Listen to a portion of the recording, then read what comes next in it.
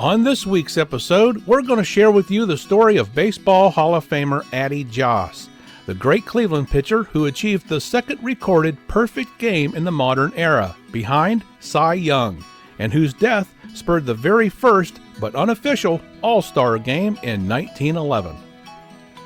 We'll then take you with us to Toledo, Ohio, to Woodlawn Cemetery to visit Addie's gravesite on this, the 112th anniversary since his death on April 14, 1911.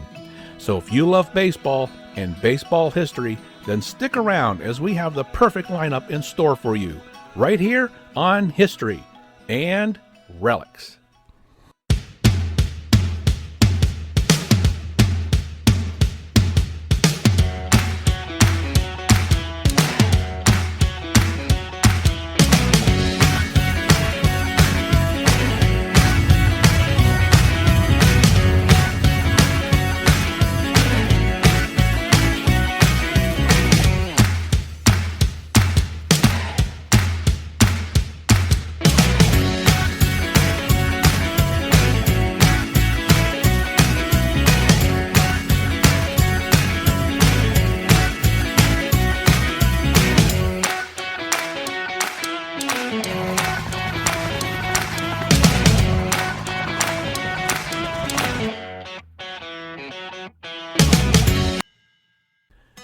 Adrian Addie Joss was born on April 12, 1880 in Woodland, Wisconsin.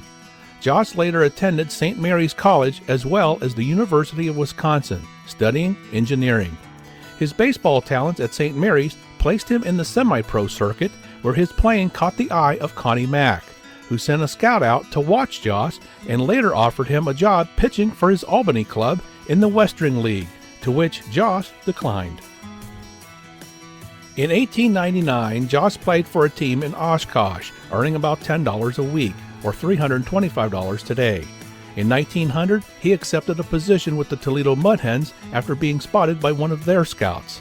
The Mudhens paid him $75 a month, or $2,400 today. He was considered the best amateur pitcher in the state of Ohio at the time. He started the Mudhens season opener on April 28th and got a victory with a score of 16-8. In all, he won 19 games for the Mudhens in 1900. Halfway through the 1901 season, the Boston Americans of the American League offered $1,500, or nearly $49,000 today, to Toledo for Joss's contract. Meanwhile, the St. Louis Cardinals of the National League matched Boston's offer, but Toledo declined both offers. By the end of the 1901 season, Joss had won 27 games, although some sources say 25 games. He had 216 strikeouts, and he was touted as the god of the Western League. Joss eventually signed with Cleveland in March 1902. He made his major league debut with the Cleveland Broncos, also known as the Bluebirds, against the St. Louis Browns on April 25th. Joss completed his major league debut with a one-hitter. For the season, Joss amassed a 17-13 record and a 2.77 ERA. He led the American League with 5 shutouts. On October 2, 1908, with 3 games remaining in the regular season, Cleveland, now known as the Naps, met with the Chicago White Sox. This game would prove to be one of the tightest ever pitching battles for a perfect game. Joss was on the mound for the Naps, while the White Sox pitcher was future Hall of Famer Ed Walsh. Neither pitcher gave up an earned run in the 1-0 game. Walsh had a 39-win season going on for him when he struck out 15 batters and gave up only 1 base on balls and allowed only 4 hits by the Naps. Joe Birmingham scored the Naps' only run, which came in the 3rd inning. That lone run was an unearned run scored because of a botched pickoff play and a wild pitch. Joss, who faced a minimum of 24 batters in the first 8 innings, retired the first 2 batters in the top of the 9th. He then faced White Sox pinch hitter John Anderson. Anderson smashed a line drive that could have resulted in a double, but the ball ended up going into foul territory. Anderson then hit a ball to Nap's third baseman Bill Bradley, who threw it to first baseman George Stovall. Stovall scooped up the ball out of the dirt to get the final out. With the win, Josh recorded the second ever perfect game in Major League Baseball's modern era behind Cy Young, who first accomplished the feat on May 5, 1904. Josh accomplished his feat with just 74 pitches, the lowest known pitch count ever achieved in a perfect game. Fans swarmed the field, and after the game, Josh said, "I could never have done it without Lajoie's and Stovall's fielding and Birmingham's base running." In the off-seasons, you could find Josh writing sports columns for the Toledo News-Bee and later with the Cleveland Press. However, during his time off in 1908 and 1909, he designed an electronic scoreboard that would later become known as the Josh Indicator. The Naps decided to install Josh's indicator at League Park, which allowed spectators to monitor balls and strikes. Josh pitched a second no-hitter on April 20th, 1910 against the White Sox. Josh would become the first pitcher in Major League Baseball history to no-hit the same team twice. This would not be done again until Tim Lansicombe of the San Francisco Giants did it to the San Diego Padres in both 2013 and 2014. Josh made his final appearance of the season and career on July 25, 1910. He left the game in the 5th inning due to a sore arm. In his final game, he allowed 3 runs on 5 hits and 2 walks with 6 strikeouts in the 4-0 loss.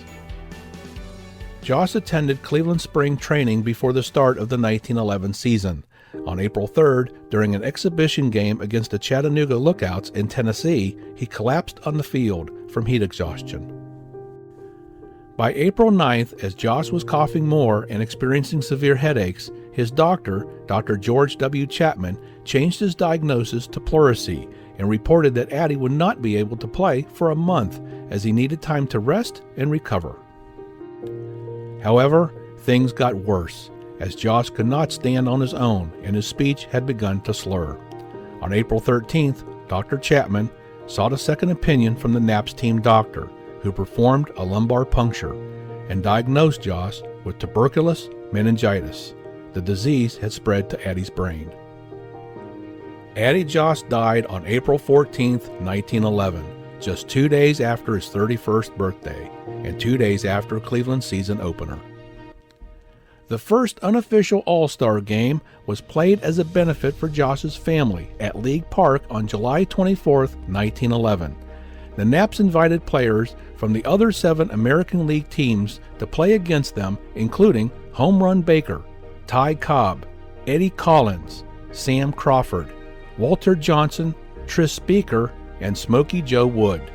Over 15,000 fans attended this all-star spectacle, and it raised nearly $13,000, or $378,000 today, to help Josh's family members pay remaining medical bills. As for the official All-Star Game, that wouldn't happen for another 22 years, when it was held at Comiskey Park in Chicago on July 6, 1933. Josh was inducted into the Baseball Hall of Fame in 1978 by the Veterans Committee. He is the only player in the Hall of Fame whose regular season playing career lasted less than 10 years. Josh was later inducted into the Cleveland Indians Hall of Fame in 2006, along with Ray Chapman, Rocky Colavito, Al Lopez, Sam McDowell, Al Rosen, and Herb Score. Addie Josh is buried at Woodlawn Cemetery in Toledo, Ohio, in Section 28, alongside his wife, Lillian, whom he married in October 1902, and his 2 children, Norman and Ruth. Woodlawn Cemetery is one of the largest cemeteries in northwest Ohio, being founded in 1876 and spans over 160 acres. It's a beautiful place with over 100 spectacular species of trees that are part of the landscape and arboretum, and is also home of over 200 migratory and resident birds. In 1998, Woodlawn was recognized as a National Historic Site. Thank you for joining us today. We hope you enjoyed our program. If you like our content, we ask that you give us a thumbs up, a like, share with your friends, subscribe to our channel, and ring that notification bell so you always know when our new content is published. And all of this costs nothing, but means a lot to us and keeps us growing. You may also leave us a tip if you choose. The address is provided here on your screen, and a link is provided in the description area below. So until next time, everyone, this one is history.